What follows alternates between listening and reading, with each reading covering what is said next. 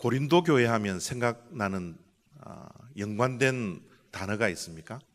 고린도 교회 하면 어떤 이미지가 여러분들에게 떠오르십니까? 이 고린도 교회를 이해하기 위해서는 이 고린도라는 이 도시를 이해를 해야 되리라 그렇게 생각이 듭니다.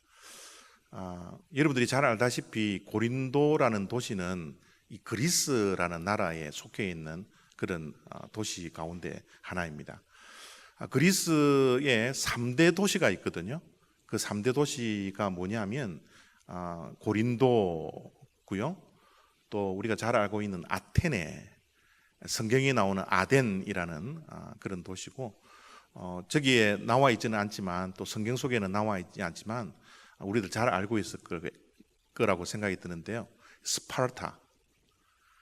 그래서 이 세 도시를 우리 그리스의 3대 도시다 그렇게 우리가 알고 있습니다. 여러분, 이 글씨가 조금해서 여러분들이 보실 수 있을는지는 모르겠지만 이 고린도라는 도시는 항구 도시예요. 이 항구 도시고 이 교역이 굉장히 활발하게 활동하던 그런 도시입니다. 지중해와 그 에게해를 이어줄 수 있는 그런 항구 도시였기 때문에 그 도시에는 굉장히 부가 집중되어져 있는 그런 도시였습니다. 부가 집중되어 있었기 때문에 그와 더불어서 사람들은 좀 방탕했던 것 같아요. 부가 너무 많으면 사람들이 좀 타락을 하지 않습니까? 그리고 우리가 잘 알다시피 그리스 하면 우리가 신화 생각이 나잖아요. 그래서 이 고린도는 신전이 아주 많이 세워졌던 그런 도시 가운데 하나입니다. 그 당시에 그 신전이라는 것은 굉장히 음란한 그런 종교예요. 그래서 여사제들, 이 성창이라 그러죠. 이분들이 1000명 정도가 고린도에 활동을 해서 굉장히 그 음란한 그런 종교 생활을 했던 그런 도시입니다. 한마디로 이야기를 드린다면 타락한 도시예요. 얼마나 타락했나 그러면 고대 사람들이 타락한 사람들을 보면서 고린도 사람과 같다라는 그런 이야기를 할 정도로 고린도 그러면 타락한 도시, 그런 연관되는 단어를 가지고 있습니다. 사도 바울이 이런 타락한 도시에 2차 선교 여행 때 교회를 세웠던 거예요. 교회를 세워서 참 아름답게 저 타락한 도시 속에서 예수님을 바라보고 복음을 증거하고 생명을 살리는 이 교회를 세웠는데 얼마 안 가서 이 교회가 많은 문제 속에 있게 됩니다. 교회가 가지고 있는 모든 문제거리들을 이 고린도 교회가 가지고 있었어요. 그 문제 가운데 특별히 고린도전서 1장을 보면 이 파벌이 굉장히 심했습니다. 이 당파 싸움이 굉장히 심했어요. 누구는 바울파다, 누구는 아볼로파다, 누구는 게바파다. 이것도 저것도 편들기 싫으니까 나는 예수파다. 그럴 정도로 파벌이 얼마나 많이 있었는지 몰라요. 그리고 얼마나 그 파벌들이 분쟁하고 만나면 싸우고 했던 그런 정말 문제 덩어리의 교회가 바로 고린도 교회라는 겁니다. 이 고린도 교회, 이 문제 많았던 이 교회에 사도 바울이 문제를 해결하려고 쓰는 편지가 고린도전서예요. 그런데 고린도전서를 우리가 들여다보면 많은 이 문제가 고린도 교회라는 곳에 있었구나라는 것을 알 정도로 이 사도 바울이 고린도 교회에 이 편지를 쓰고 있는 것이죠. 여러분들이 교회를 개척을 했는데 몇 달 지나고 몇 년 후에 그 교회가 생명을 살리는 교회가 되기보다는 타락한 세상 사람들로부터도 손가락질 받는 교회가 된다면 여러분의 마음이 어떻겠어요? 그들을 향하여서 편지를 쓰고 있는 사도 바울이 지금 현재 내 마음이라면 여러분의 마음이 지금 어떤 마음으로 편지를 쓸 것 같습니까? 안타까운 마음이 많겠죠? 또 괜히 내가 개척을 했나? 사도 바울이 생명의 위협을 무릅쓰면서까지 교회를 개척해 나가거든요. 그 가운데 하나가 고린도 교회이지 않습니까? 생명을 무릅쓰고 교회를 개척했는데 그 교회가 하나님의 영광을 드러내고 생명을 살리는 교회가 되기는커녕 하나님의 영광을 오히려 가리고 교회 안에서 만나기만 만나면 서로 싸우고 분쟁을 하고 하는 그런 모습을 보면 사도 바울을 어떻게 보면 저 편지를 쓰면서 한숨을 쉬고 왜 내가 저런 교회를 개척을 했지? 하나님 왜 저런 교회를 내가 개척할 수밖에 없었을까요? 후회했을 것 같아요. 제 같으면요. 그런데 오늘 이 4절 말씀을 보면요, 완전히 반전을 이룹니다. 이 4절 말씀 속에 어떤 후회나 어떤 원망이나 어떤 불평 그런 이야기를 하기보다는 사도 바울은 뭐 한다고요? 감사하고 있는 거예요. 그 문제가 많았던 그 교회를 향하여서 제가 보기에는 아무런 감사의 조건이 없는데 온통 문제 덩어리인 그 교회인데 사도 바울은 오히려 감사하고 있는 거예요. 4절을 제가 읽습니다. 그리스도 예수 안에서 너희에게 주신 하나님의 은혜로 말미암아 내가 너희를 위하여 항상 하나님께 감사하노니. 야, 여러분, 사도 바울 대단하지 않습니까? 사도 바울이 왜 사도 바울인지 정말 감사의 조건이 없음에도 불구하고 문제 덩어리인 그 교회를 바라보면서 하나님께 감사한다고 이 편지를 쓰고 있는 이 다윗의 이 탁월함, 정말 부럽고 본받을 만한 그런 모습이지 않습니까? 이 사도 바울은 문제를 보기보다는요, 감사할 조건들을 보는 눈을 가진 것 같아요. 여러분, 우리가 이 땅에 살아가는 동안 무엇을 보느냐가 얼마나 중요한지 몰라요. 무엇을 보느냐도 중요하지만 그 사물을 어떻게 보느냐가 더 중요합니다. 똑같은 것을 보면서도 어떤 사람은 부정적인 반응을 하는 사람이 있고 똑같은 것을 보지만 긍정적인 반응을 하는 사람들이 있어요. 어떻게 보느냐? 우리가 잘 알고 있는 월트 디즈니는요, 쥐를 보면서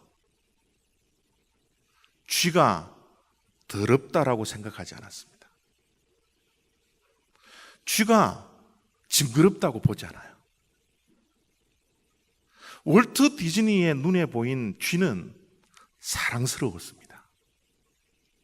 귀여웠어요. 그래서 오늘날 디즈니랜드의 마스코트가 미키 마우스가 되는 거예요. 똑같은 쥐를 보지만 많은 사람들은 징그럽고 가까이 갈 수 없는 그런 동물로 보고 있지만 미키 마우스는 그 쥐를 다르게 보고 있는 거예요.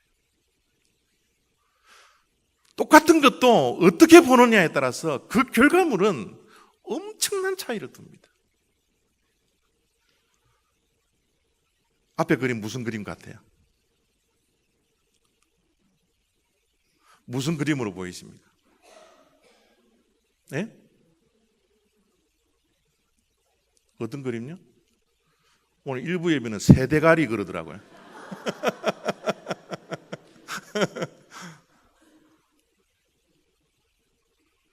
토끼 보이세요? 올이 보이세요?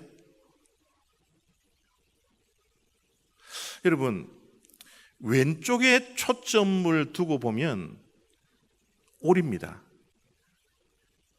오른쪽에 초점을 두고 보면 어떻게 해요? 토끼예요. 우리가 어떻게 보느냐에 따라서 그 결과물은 토끼가 될 수도 있고 오리가 될 수도 있는 거예요.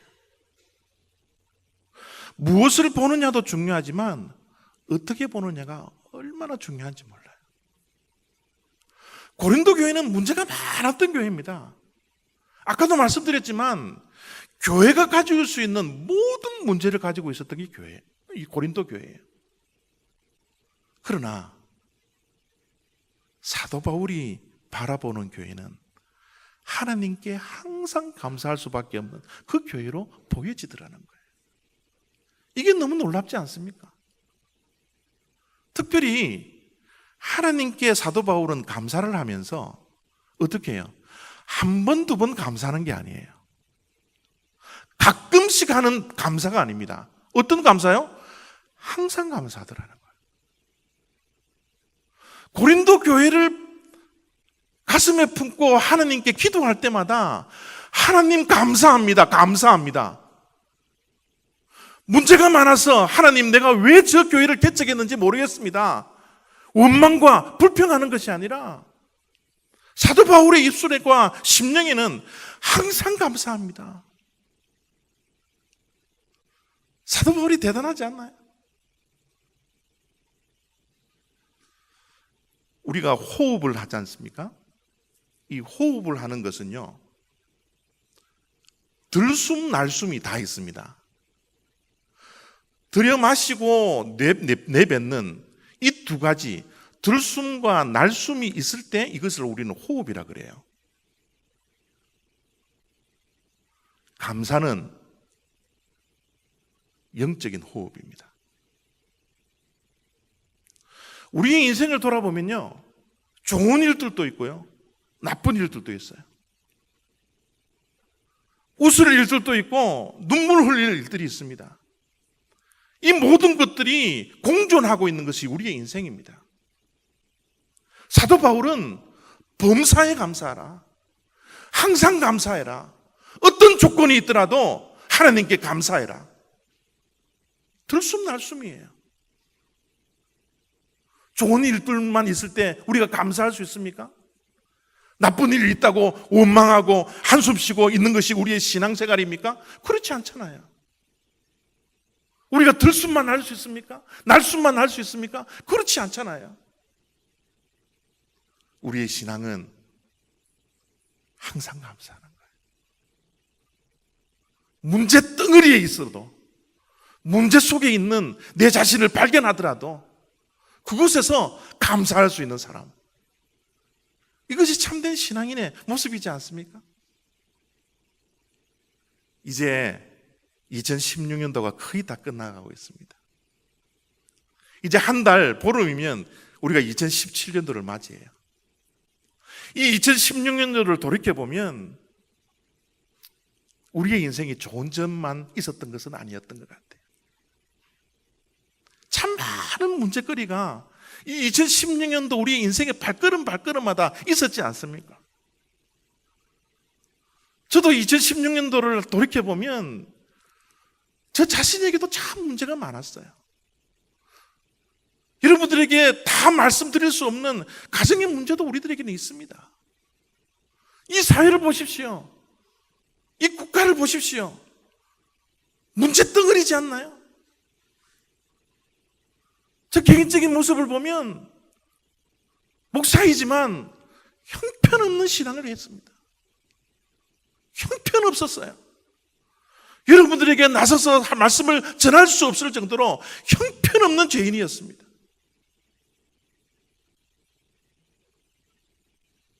어떻게 2017년도를 맞이할 수 있을까요? 2016년도 문제 덩어리였던 2017년도를 돌이켜보면서 우리가 어떻게 마무리를 해야 될까요?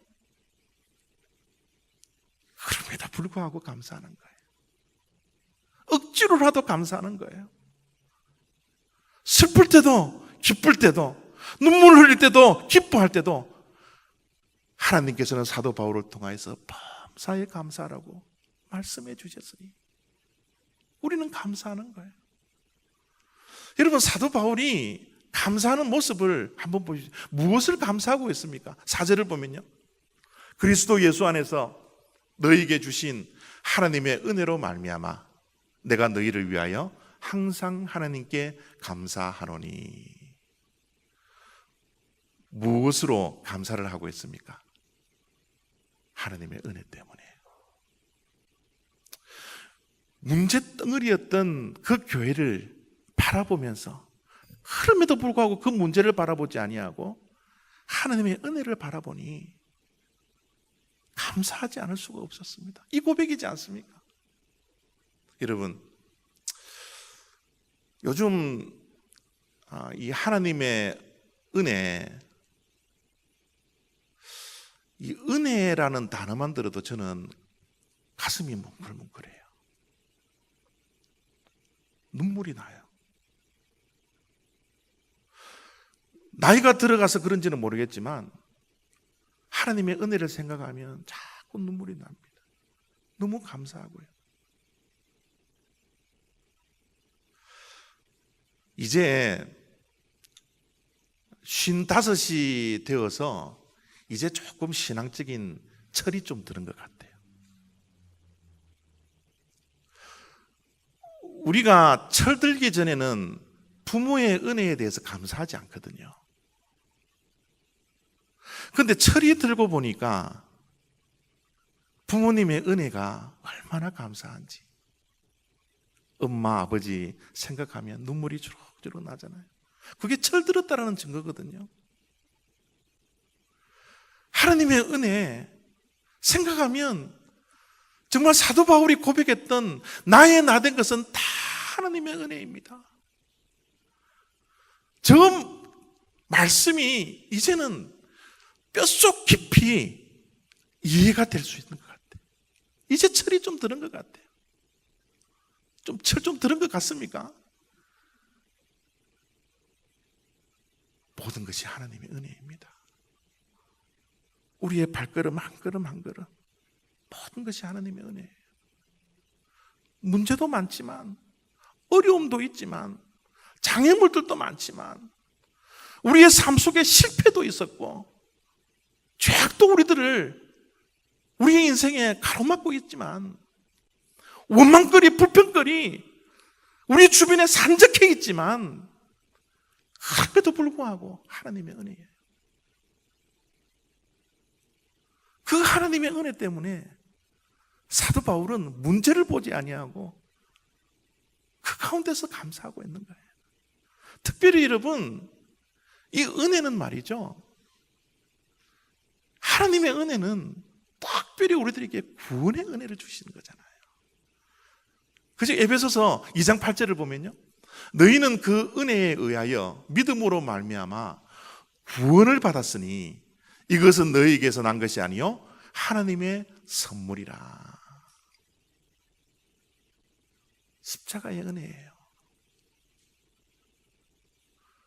나 같은 자가 뭔데? 이 형편없는 자가 누군데? 하나님의 아들을 이 땅에 보내주셔서 모든 영광 다 버리시고 이 땅에 보내주셔서 십자가에 죽이시기까지 나를 사랑해 주셨던 그 십자가의 은혜, 그 구원의 은혜. 여러분, 이 구원의 은혜는요 너무 크기 때문에 이 세상에 어떠한 큰 문제라 할지라도 하나님의 그 은혜를 가리울 수 없는 것 같아요. 하나님의 은혜를 이 세상의 모든 문제를 다 합해서 나에게 다 가지고 올지라도 그 하나님의 은혜를 가릴 수가 없다는 거예요. 그 하나님의 은혜가 얼마나 큰지. 사도 바울이 그 구원의 은혜를 생각하면서 교회에 문제가 있고 이런 문제가 있고 저런 문제가 있고 불평하지 않습니다. 오히려 하나님께 감사의 기도를 드리는 거예요. 여러분, 이 구원이라는 건 말이죠, 사실 하나님께서 주신 값없이 주신 은혜이기 때문에 이게 피부에 좀 와닿지 않아요. 이게 얼마나 크고 얼마나 위대한 것인지, 얼마나 진짜 비싼 것인지, 우리의 셈법으로 셈할 수 없는 그 가치가 이 구원의 은혜인데, 우리가 너무 쉽게 하나님 구원을 받았기 때문에 이 가치가 얼마나 큰지를 모르고 살아가는 거예요. 여러분, 구원은 말이죠, 우리의 생명을 1년, 2년 연장시키는 게 아니에요. 히스기야가 죽을 병이 걸려서 기도를 해서 하나님께서 15년의 생명을 연장시켜 주셨는데, 그 연장시켜 주신 그 정도가 아니라는 겁니다. 예수 그리스도께서 십자가를 지시고 고난을 당하고 십자가에서 피 한 방울 물 한 방울 남기지 아니하고 우리를 사랑해 주셔서 우리를 구원하시기 위해서 그 십자가를 주시고 우리를 구원해 주셨는데, 그 구원은 뭐예요? 영원한 생명입니다. 영원한 생명이에요. 이것과 무엇과 견주어서 값어치를 따질 수가 있겠어요? 그 구원의 은혜가 우리에게 있기 때문에 사도 바울은 문제 속에 있는 교회 속에서 하나님께 항상 감사하고 있는 거예요. 여러분, 우리의 지난 날들을 돌아보면 이 구원의 은혜도 우리에게 너무 큰 은혜로 우리들에게 다가와 있지만, 우리는 다른 은혜는 없습니까? 하나님께 주신 다른 은혜는 우리들에게 있지 않나요? 구원의 은혜만 가지고 하루하루를 살아갈 수 있습니까? 저는 그렇지 않다고 봅니다. 하나님의 은혜는요, 절대로 메마르는 법이 없더라고요. 하나님의 은혜는 결코 마르지 않습니다. 우리의 인생의 문제를 만날 때마다 하나님께서는 우리들에게 견딜 수 있는 힘을 주셨고요, 이길 수 있는 힘을 주셨고요, 때로는 우리가 실패하고 때로는 넘어져 있고 때로는 무너져 있었지만, 그때마다 하나님께서 우리들에게 찾아오셔서 우리를 일으켜 세워주시고 견딜 수 있는 힘을 주시고 능력을 주시고 지혜를 주셨던 그 은혜가 우리의 삶 가운데 있지 않습니까? 피할 길을 하나님께서는 주시더라고요. 인생에 많은 문제가 있을 때마다, 앞이 캄캄해져 있을 때마다 하나님 그때마다 우리들에게 길을 열어주시고, 사막을 지나가는 우리들에게 사막의 길을 열어주셔서 피할 길을 주셨던 그 하나님의 그 은혜, 그것이 하나님의 은혜지 않습니까?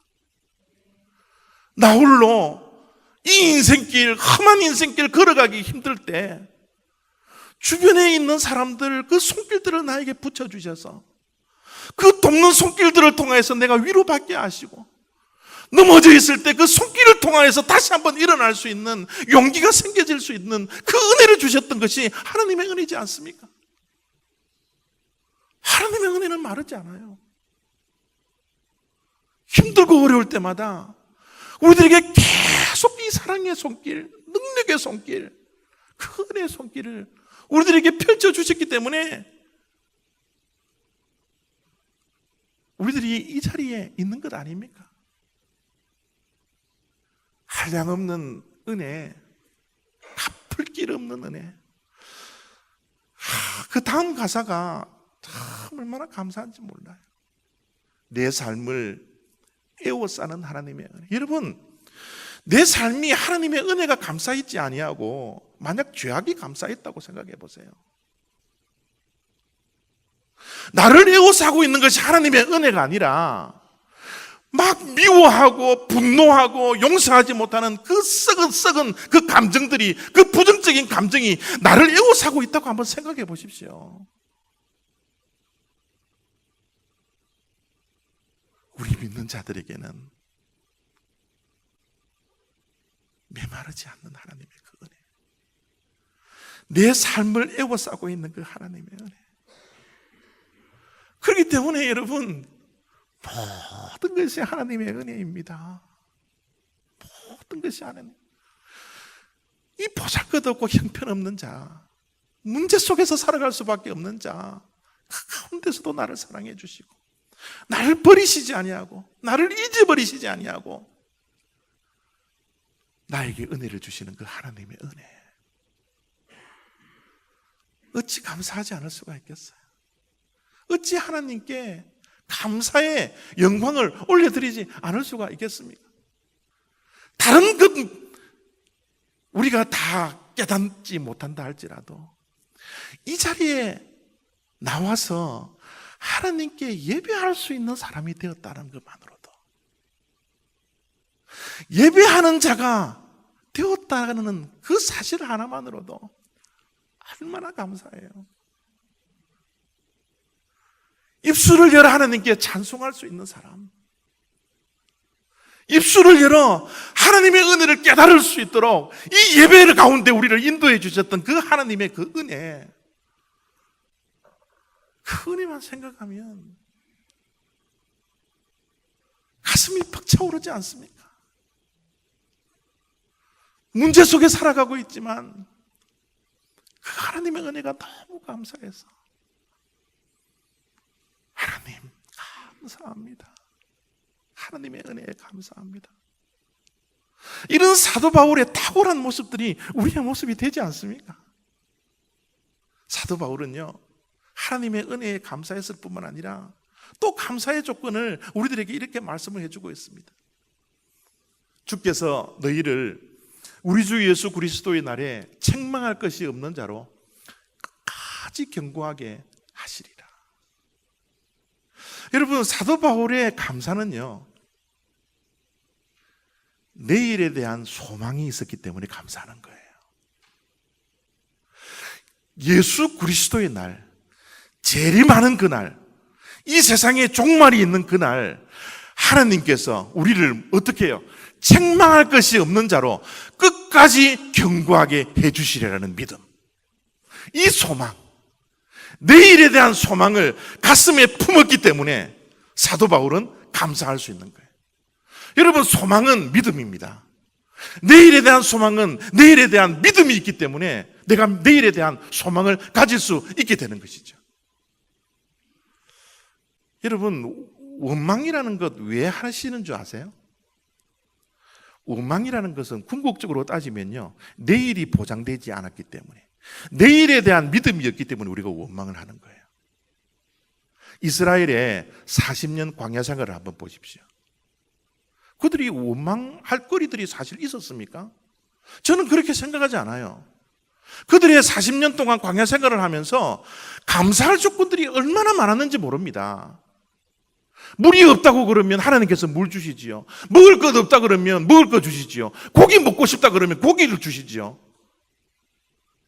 광야 40년 동안 옷이 헤어지지 아니하고 신발이 닳지 않도록 하나님께서 보호해 주시고 인도해 주셨는데 무슨 원망이 있습니까? 그럼에도 불구하고 이스라엘 백성들은 40년 광야 생활 동안 늘 원망과 늘 불평 속에 살았어요. 왜요? 감사할 조건이 없었어요? 그렇지 않아요. 내일에 대한 보장이 없었기 때문에 그래요. 내일에 대한 믿음이 없었기 때문에 그래요. 내일에 대한 소망이 없었기 때문에 그렇습니다. 여러분, 내일에 대한 소망을 가질 수 있는 이유가 뭐예요? 여러분, 8절 말씀을 가만히 들여다보십시오. 주께서라는 저 단어가 얼마나 여러분 귀한 단어인지 몰라요. 우리를 종말 때까지 우리를 책망할 것이 없이 끝까지 견고하게 하시는 것은 내가 잘나서가 아니라, 내가 노력해서가 아니라, 내가 어떤 것을 해서가 아니라, 내 공로가 아니라 하나님의 열심으로, 하나님의 사랑으로 주께서 하시겠다라고 주님께서 우리들에게 미래를 약속해 놓고 있지 않습니까? 8절 말씀 다시 한번 읽습니다. 주께서 너희를 우리 주 예수 그리스도의 날에 책망할 것이 없는 자로 끝까지 견고하게 하시리라. 주님은 우리를 절대로 포기하지 않습니다. 저와 여러분들을 절대로 포기하잖아요. 지금 이 순간은 죄악 속에 있지만, 문제 속에서 살지만, 지금은 앞길을 볼 수 없는 문제 덩어리 속에서, 장애물 속에서 한 치 앞을 내다볼 수 없는 그런 상황 속에서 살아가고 있지만, 눈물 없이는 살아갈 수 없는 그런 인생으로 살아가고 있지만, 앞이 너무너무 캄캄해서 앞을 내다볼 수 없어서 한숨 쉬면서 살아갈 수밖에 없는 인생이지만, 그럼에도 불구하고 하나님 우리를 포기하지 않습니다. 끝까지 우리를 붙들어 주셔서 마지막 날에 청할 것 없는 자로 하나님께서 끝까지 견고하게 세워주시는 것이 하나님입니다. 여러분, 이 감사는 말이죠, 이 세 단계가 있는 것 같아요.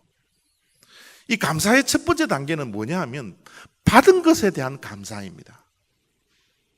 이거는 이 어린아이 같은 그런 감사죠. 받은 것이 있어서 감사하거든요. 조건적이에요. 내가 이것을 하나님께 받았으니 내가 감사합니다. 이거 주셔서 감사합니다. 이것은 여러분 이 감사의 가장 그 1단계에 속한 거죠.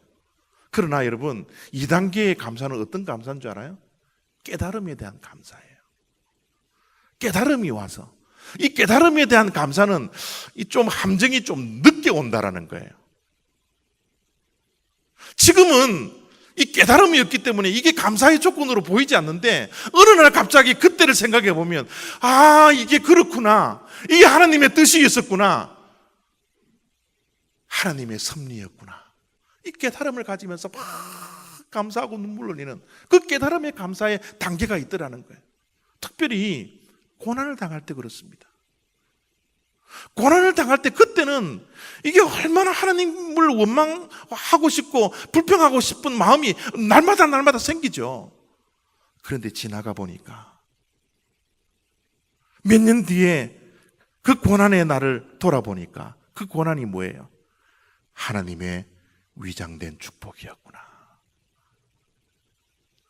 이거 깨닫는 순간 하나님께 감사하는 것, 이게 여러분 감사의 두 번째 단계입니다. 마지막 감사의 세 번째 단계는 어떤 감사인 줄 아세요? 믿음을 가진 감사예요.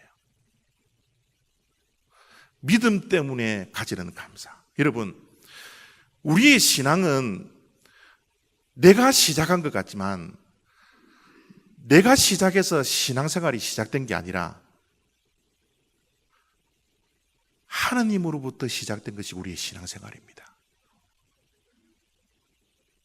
하나님의 사랑으로, 하나님의 열심으로 우리를 추격해 오셔서 우리를 만나주시고 우리를 불러주시고 지명하여 불러주셨던 그 하나님의 시작, 이것이 시작의 출발점이에요.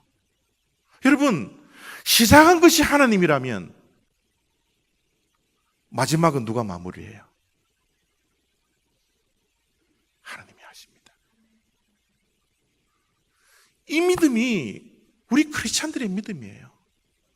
처음 시작을 내가 한 것이 아니라 하나님께서 하셨기 때문에 마지막에 이를 그 과정 속에서는 내 생각대로, 내 마음대로, 내 계획대로, 내가 원하는 대로 이루어지지 않았지만 마지막은 하나님께서 우리를 선하게 인도해 가실 것이라는 그 믿음, 그 믿음이 있기 때문에 우리는 펼쳐지지 않을 내일을 보면서 미리 감사할 수 있는 거예요. 지금은 내일이 캄캄하지만 하나님께서 나를 선하게 인도해 주시고 마무리를 하나님께서 해 주시기 때문에 미리 감사할 수 있는 것, 그것이 감사로, 믿음으로 감사하는 마지막 단계입니다. 저는 우리 올리브교회 성도님 한 분 한 분이 이 감사 생활을 했으면 좋겠어요.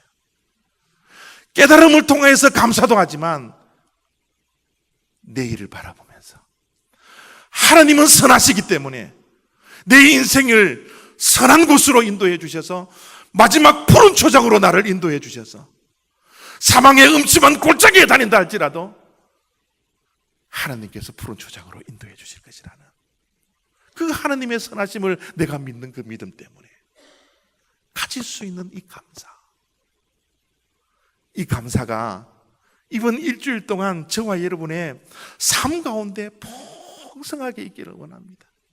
그래서 다음 주일날 우리 추수감사 예배를 드릴 때는 정말 우리 인생에 수많은 문제거리가 있고, 가정에도 문제가 있고, 교회에도 문제가 있고, 이 사회를 보면 문제가 많지만, 눈을 돌아봐도 감사의 조건을 우리가 찾아낼 수 없지만, 그런 가운데서도 하나님께서 우리들에게 베풀어 주셨던 하나님의 은혜가 있고, 하나님이 선하시기 때문에 그 하나님의 은혜를 믿는 그 믿음으로 우리의 심령 속에 감사가 가득 차서 다음 주일날 우리 모두 감사의 제사, 감사의 예배를 드리며 하나님께 영광을 올려드릴 수 있는 그런 추수감사주일 맞이 않을 수 있는 그런 한 주간, 감사가 넘치는 한 주간이 다 되시기를 부탁드립니다. 기도하겠습니다.